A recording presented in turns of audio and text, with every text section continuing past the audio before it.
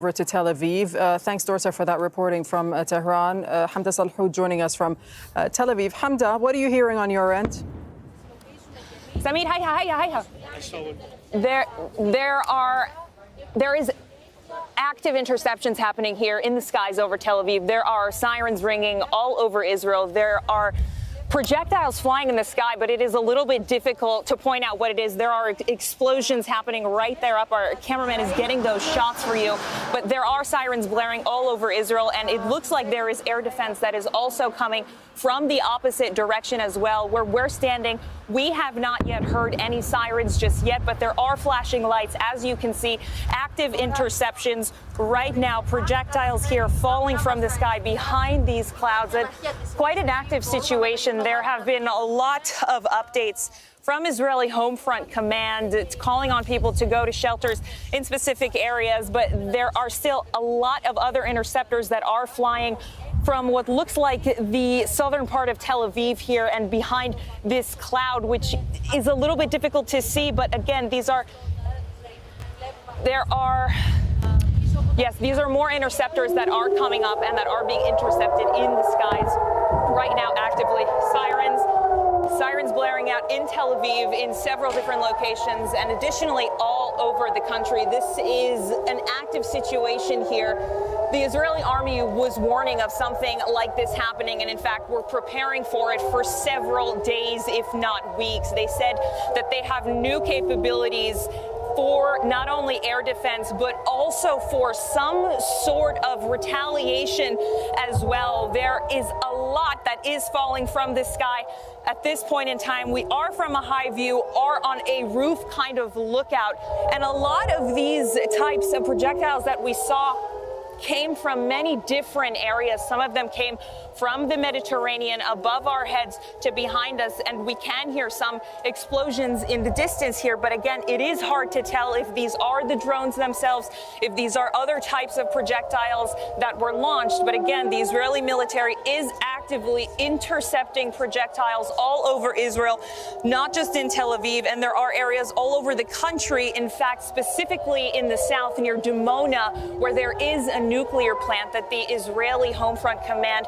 has told people to remain in sheltered and safe areas, meaning bomb shelters, until further notice. But where we are specifically, again, these sirens have not rung, but there are red alerts all over the state of Israel at this time, and these interceptors that are being launched by the Israeli military, again, are threefold. We have the Iron Dome missile defense system, which is the most commonly used in Israel. Then secondly, we have the David Sling, which is for medium to longer range projectiles. And then finally, the Arrow for longer projectiles, ballistic missiles, cruise missiles, and drones. The Israelis have confirmed that at least 100 drones were fired by the Iranians from Iranian territory towards Israel, but it's not really known if all of them have reached, as these sirens are now still blaring all over Israel at local time 1:47. Darine.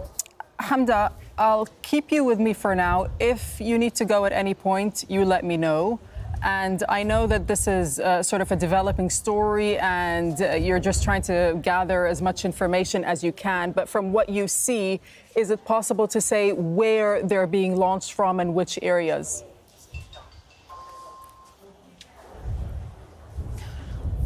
Well, the Israeli interceptors are being launched from military positions. There are Iron Dome batteries and other defense systems that are stationed all over the countries. But we did see some coming off the Mediterranean, coming towards the sea to behind us, which is quite interesting. And these projectiles still in the sky here, as you can see. And there is active air defense happening all over the country there. You could see that was a live interception in the sky radiating, and a lot of this shrapnel is now going to rain down into the areas where they were intercepted.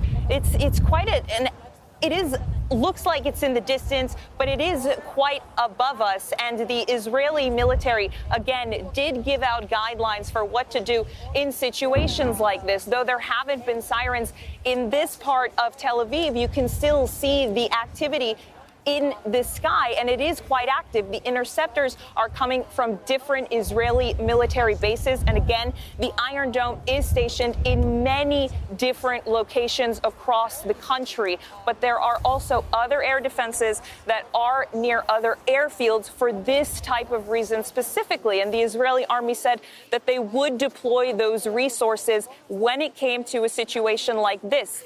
The Israeli army has never been faced with this type of weaponry that has entered its airspace, and as a result, they have closed their airspace. They have landed all civilian flights. The airspace is completely closed. There was roars of Israeli fighter jets in the air earlier in the evening, and it's part of this multi-layered defense mechanism that they're talking about in order to shoot down these drones and potentially these ballistic, perhaps cruise missiles that are also coming towards Israeli airspace.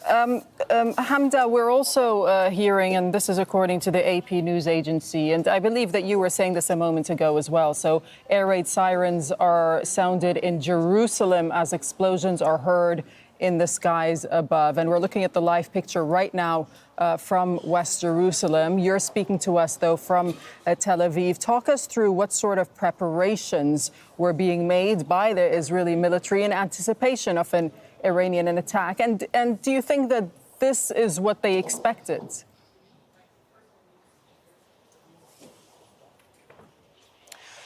Well, the Israelis said that they were prepared for a wide variety of scenarios, and in fact, they were ready for anything that could happen. And just this evening, Home Front Command, that is an extension of the Israeli military, had issued an abundance of new guidelines. In fact, there was a protest going on in Tel Aviv in the evening that the police had shut down because of 11 o'clock this evening. They said that there would be no gatherings of more than 1,000 people. Schools were closed. Different work sectors were closed as well for the next 2 days in anticipation for this attack that they said was imminent. And the Israelis were expecting a response, and that's because of their airstrikes on the Iranian consulate in Damascus on April 1st. They knew they were anticipating this kind of response. Perhaps they didn't know the size and the scale and the type of weaponry that would be used, but nonetheless, a response and a retaliation from the Iranians was promised. The Israelis say that they are partnering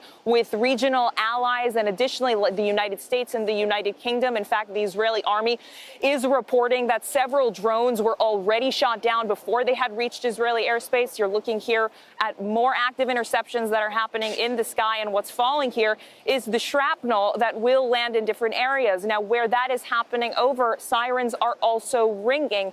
And when that happens, Israeli authorities say for people to go into these protected areas for a minimum of 10 minutes unless told otherwise. They usually get these types of alerts on their phones. But again, all of the GPS and phone type systems are disrupted at this point. But you can just see it in the sky that this is clearly an active situation that the Israeli military is still saying could take hours. They were anticipating these types of drones coming in anywhere, reports indicated, from 2 to 10 hours. So it still looks like it's going to be a long night ahead, as the Israelis say they have defense mechanisms that are stockpiled, they are ready to go, and they are prepared for any type of scenario. Okay, Hamda, we'll let you go for now. Thank you. We'll bring in Rory Challenge from occupied East Jerusalem. And Rory, can you confirm, just tell us what's happening there, because we're hearing air raid sirens go off in Jerusalem and explosions above the skies. What do you see and hear? Yeah, exactly that. For the last 10 minutes or so, we've been looking out from the balcony here across the Jerusalem skyline. We've seen a